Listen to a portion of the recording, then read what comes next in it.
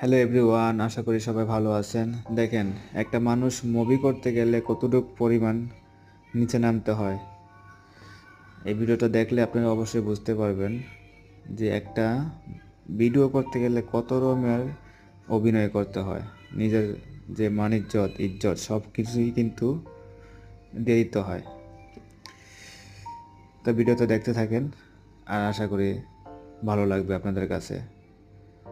আর কখনো এরকম চিন্তা ভাবনা নেবেন না যে ভিডিও করার মতন, ঠিক আছে? এটা কারো কাছে ভালো লাগতে পারে, আবার খারাপও লাগতে পারে।